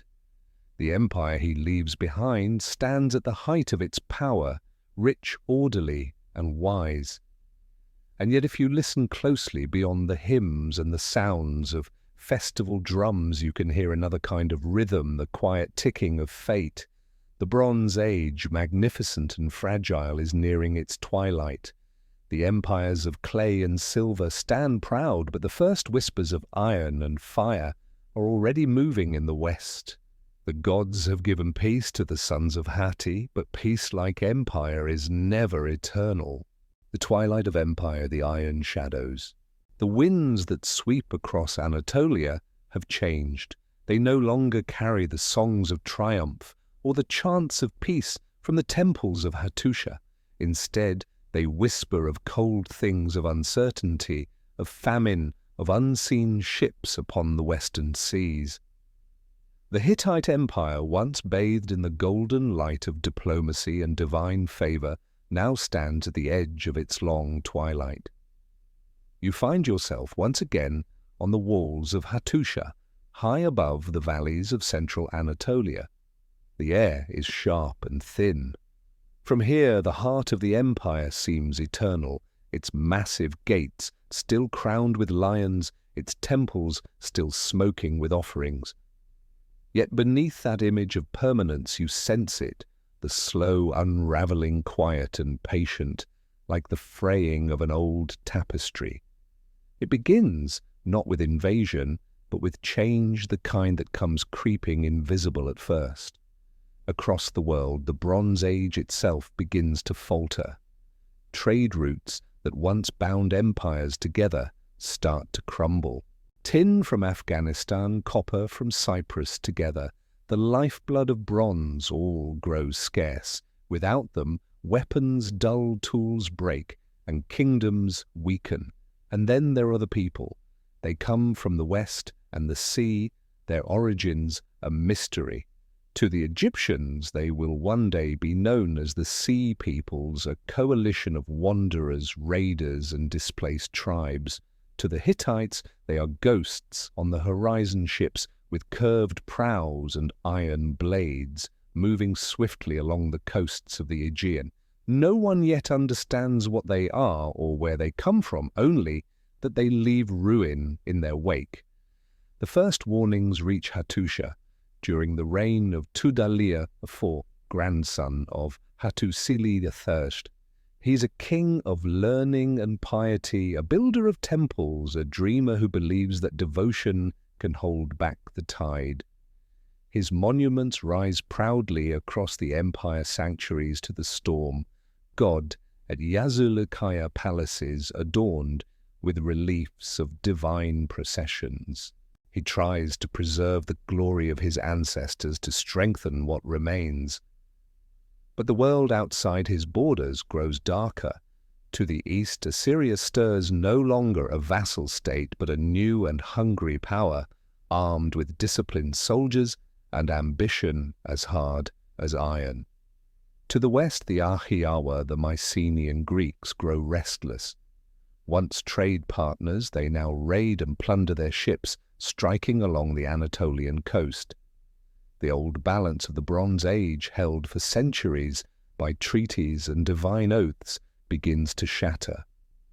Inside Hattuša, famine tightens its grip, the climate shifts, the rains fail, the grain stores empty faster than they can be filled.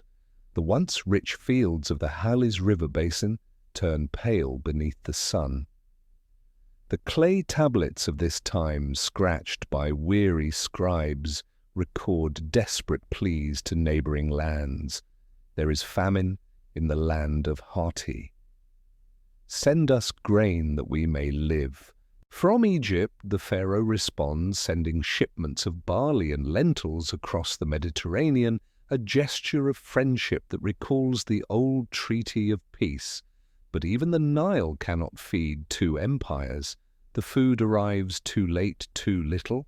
The priests redouble their rituals. They pour wine before the statues of the gods, light incense, sing hymns into the night. But the gods are silent now. The bronze bells of the temples ring hollow in the wind.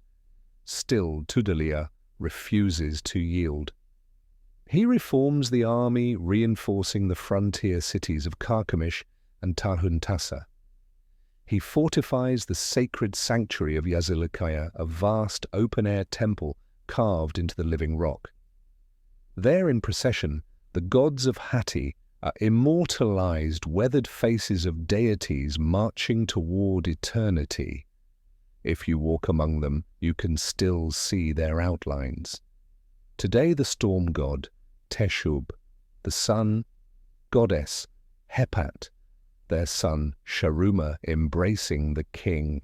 The carvings are precise, orderly, calm, an image of divine order at the very moment human order is slipping away. Perhaps Tudaliya sensed it. Perhaps this was his way of resisting oblivion to carve eternity into stone before time itself turned against him. Beyond Hattuša, chaos spreads. Rebellions ignite in the provinces. Vassal kings break their oaths and pledge allegiance to whoever can protect them next. The merchants of Ugarit write desperate letters to their overlords in Hatti, warning that strange ships have been sighted off the coast. One of these letters survives. The ink faded but legible reads, "My lord, the enemy ships are here. Our cities are burning. They have done evil things in my land. My lord, know this, the war is near." There is no reply. The courier who carried it never reached Hattuša. Ugarit, the great coastal city of trade and culture, is sacked and burned. Its palace archives, hundreds of clay tablets, are buried beneath the ashes, preserved only by the very fire that destroyed them. The world of the Bronze Age is dying one city at a time. In Hattuša, the end comes not with a single battle, but with exhaustion. The last Hittite kings vanish from the record. Perhaps they fled south to Kaneš, where a neo-Hittite kingdom would flicker for a few more centuries. Perhaps they perished when famine and invasion finally reached the capital. Archaeologists centuries later would find the ruins of Hattuša blackened by fire. The great gates collapsed, the temples looted, the archives buried in ash. And yet, even in ruin, the city whispers of its former majesty. Stand there now amid the silence of its broken walls and listen. You can almost hear the echoes, the hum of the forges, the chants of the priests, the distant roll of thunder over the Anatolian hills. The empire of the Hittites, which had once defied Babylon, challenged Egypt and forged the first treaty of peace slips quietly from the stage of history. No chronicler records its fall, no poet sings its lament. The world simply moves on, but its memory endures in the tablets buried beneath the earth, in the reliefs of stone that outlasted kings, and in the languages that still carry traces of its tongue. And perhaps that is the truest kind of immortality. For even as the Iron Age dawns and new empires rise upon the bones of the old, the spirit of Hatti lingers in every law, every oath, every whispered promise between rulers. The people of clay built a world of bronze and belief, and though their city fell, their story endures. The storm god sleeps, but he is not gone. Echoes of stone, the forgotten legacy of Hatti. For 3,000 years, silence covered the land of Hatti. The once mighty empire that had challenged Egypt and shaped the laws of the Bronze Age slipped into memory's deepest shadow. The names of its kings, Suppiluliuma, Muršili, Hattusili, were buried beneath centuries of dust. Its gods vanished from the temples, its language faded from every tongue. But history has its own strange rhythm. What falls into silence does not always remain there. Sometimes centuries later, the earth itself begins to speak again. It begins in the 19th century, when travelers and archaeologists wander across the highlands of central Turkey, then called Anatolia, as it was in the time of the ancients. They find strange ruins on the hills near a small village called Boğazköy. Massive stones carved into the shape of lions guard an entrance to nowhere. Broken reliefs depict men in horned helmets and robes, gods with thunderbolts and chariots racing across the sky. No one knows who built them. Some think they must be Hellenic or perhaps the work of early Persians. But the scale, the age, the symbols, none of it fits. The stones are older, far older than any empire known to the modern world. Then in 1834, a French explorer named Charles Texier visits the site. He walks among the crumbling walls and the lion gate, sketching the ruins in his notebook. He senses something vast, something forgotten. This was once the capital of a great empire, he writes, one whose name has been lost to us. He cannot know how right he is. Decades pass before the mystery deepens. In the 1880s, fragments of clay tablets begin to surface across Anatolia and northern Syria, strange inscriptions written in wedge-shaped characters that are neither Babylonian nor Assyrian. Scholars examine them in confusion. The script resembles cuneiform, but the language beneath it is unknown. They call it the Hittite problem, borrowing the word Hittite from the Bible, where the children of Heth are mentioned among the peoples of Canaan. For a time, many assume these tablets belong to those biblical tribes, but the evidence refuses to fit. These are not wandering nomads. They are kings of empires, rulers of cities, makers of laws. The truth waits buried still beneath the hills of Boğazköy.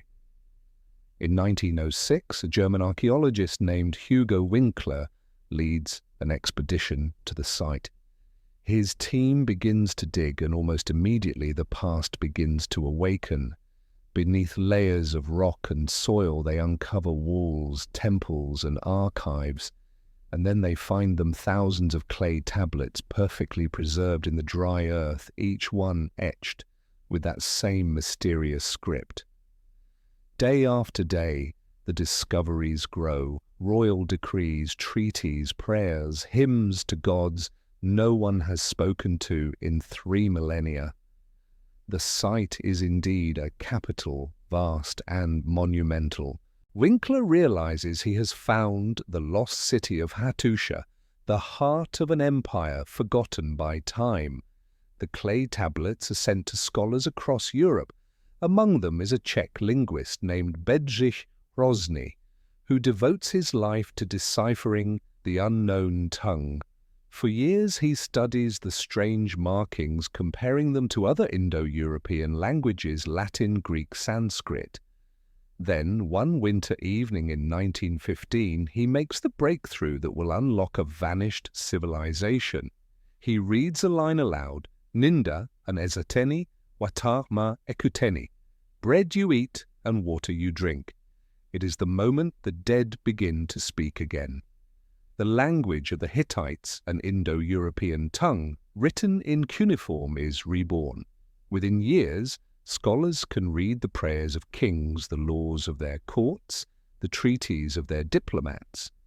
The Hittites, once a name without meaning, become a living civilization once more. As excavations continue through the 20th century, Hattuša reveals its full majesty. The city sprawls across the hills, enclosed by massive walls nearly 7 kilometers long. Its gates, the Lion Gate, the Sphinx Gate, and the King's Gate, still stand their stones as smooth as the day they were set. Within the city's heart lies the great temple, dedicated to the storm god Teshub and the sun goddess Hepat, surrounded by storerooms that once held thousands of offerings. Nearby, archaeologists uncover the royal archives, the very library where the Treaty of Kadesh was written, the oldest peace treaty in human history. They find the apology of Hattusili the plague, prayers of Muršili X, the edicts of Telepinu, the myths of the storm god and the dragon. Piece by piece, the story of a lost people emerges. The Hittites were no longer ghosts. They were once again a civilization, builders, thinkers, believers, dreamers. Today, as you stand amid the ruins of Hattuša, you can still feel their presence. The stone walls rise and fall along the hillsides like frozen waves. The air hums with the echoes of bronze, the whispers of the priests who once sang to the 1,000 gods of Hatti. In the nearby rock sanctuary of Yazulukaya, the gods still march across the cliffs, their faces faint but enduring. The storm god and the sun goddess side by side, surrounded by their divine retinue, each one a memory carved in stone. They have stood through frost and sun empire and ruin, and still they gaze upon the valley below, guardians of an age long gone. If you close your eyes, you can almost hear it, the sound of chariots on stone roads, the rustle of linen robes, the low murmur of scribes pressing clay tablets in the flickering light. The air is thick with memory, the kind that never quite fades. The Hittites, who once disappeared so completely that even their name was lost, now speak to us again through every inscription and every broken tablet. They remind us that even the mightiest empires can fall, yet their voices, if written carefully enough, can outlast the centuries. In the end, the story of Hatti is more than a history, it is a testament to the endurance of human memory. Empires rise, fall, and are forgotten, but the clay remembers. The stones remember, and when the earth gives them back, they whisper their truths to anyone willing to listen. And as the stars wheel over the silent hills of Anatolia, you feel it once more, the eternal heartbeat of history steady beneath the dust. The eternal storm legacy of the Hittites. The night settles softly over the Anatolian Plateau. The stars shimmer above the dark hills, just as they did thousands of years ago, when kings and priests of Hatti looked up and whispered prayers to their gods. The wind glides through the ruins of Hattuša, rustling through the grasses that now cover what was once the capital of an empire.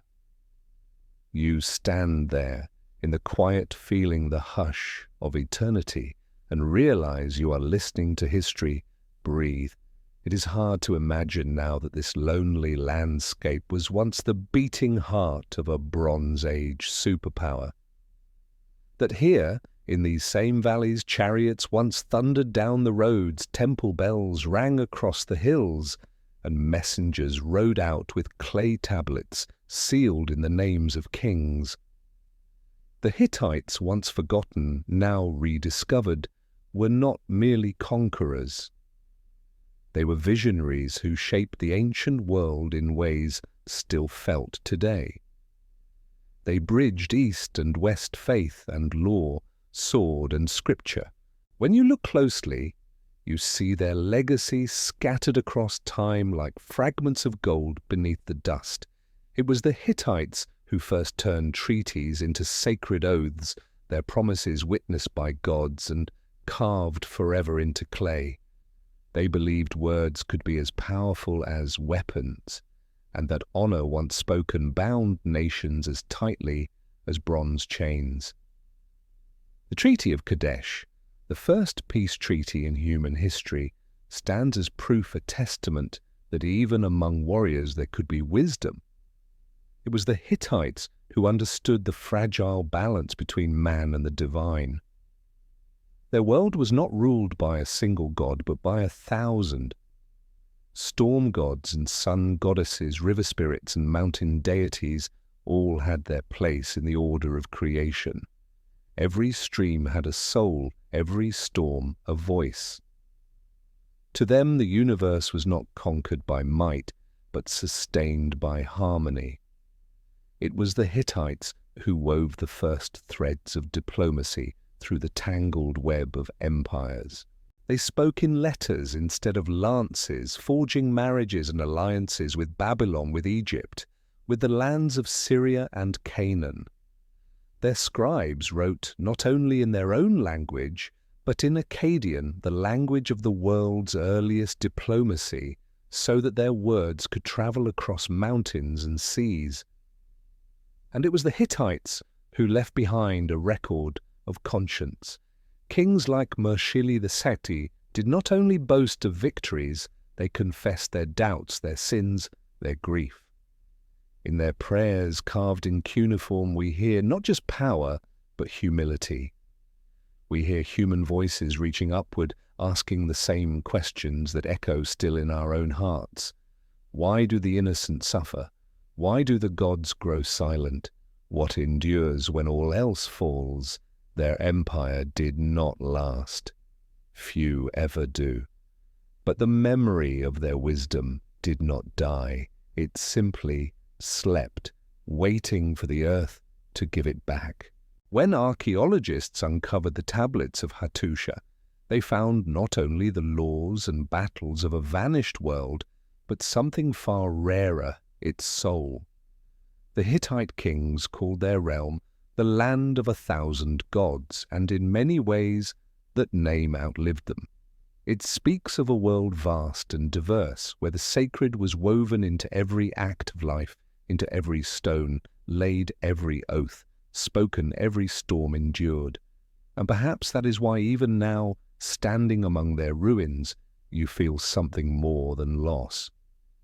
You feel connection, a sense that their story was never truly gone, only waiting to be heard again. As the moon rises above the ridge, silver light spills across the Lion Gate. The carved guardians worn by millennia of wind and rain still keep their silent watch. Beyond them lies the valley, dark and endless. You imagine the people of Hatti returning from their fields, the hum of their songs carried on the wind. You picture the priests lighting fires upon the temple altars, their faces glowing in the amber light. You hear the steady rhythm of the bronze smith's hammer, the clatter of the potter's wheel, the laughter of children chasing one another between the walls. They are gone now, but the land remembers them. Every stone, every tablet, every carving in the rock is a whisper from a time when gods walked beside men and kings believed that justice could hold the world together. In the museum halls of Ankara and Istanbul, the voices of Hattis speak again. The clay tablets of their treaties, prayers, and chronicles rest beneath glass, their wedge-shaped script now translated into hundreds of tongues. The past has learned to speak the language of the living once more. And perhaps in that quiet dialogue between the ancient and the modern, something of their spirit survives the belief that peace, like empire, must be built carefully, word by word, promise by promise. You close your eyes and listen. The wind sighs softly through the ruins.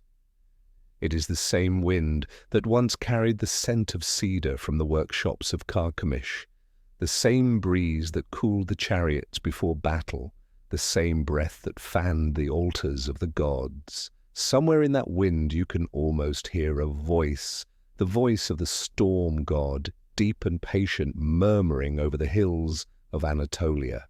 His kingdom may have fallen, his people may have vanished, but his storm endures. The story of the Hittites is not merely the rise and fall of an empire, it is the rhythm of humanity itself, ambition and humility, conquest and compassion, loss and remembrance. They remind us that time is both destroyer and preserver, that the past never truly disappears, it only waits to be rediscovered, reimagined, retold. And so as the night deepens and the stars burn over the silent stones, you let the story fade into stillness. The empire of Hatti rests again beneath the earth, its gods asleep, its kings immortal in memory. You breathe slow and steady as the winds of Anatolia whisper one final time across the plateau. The storm has passed, the world is quiet. Sleep now, and let the echoes of Hatti guard your dreams.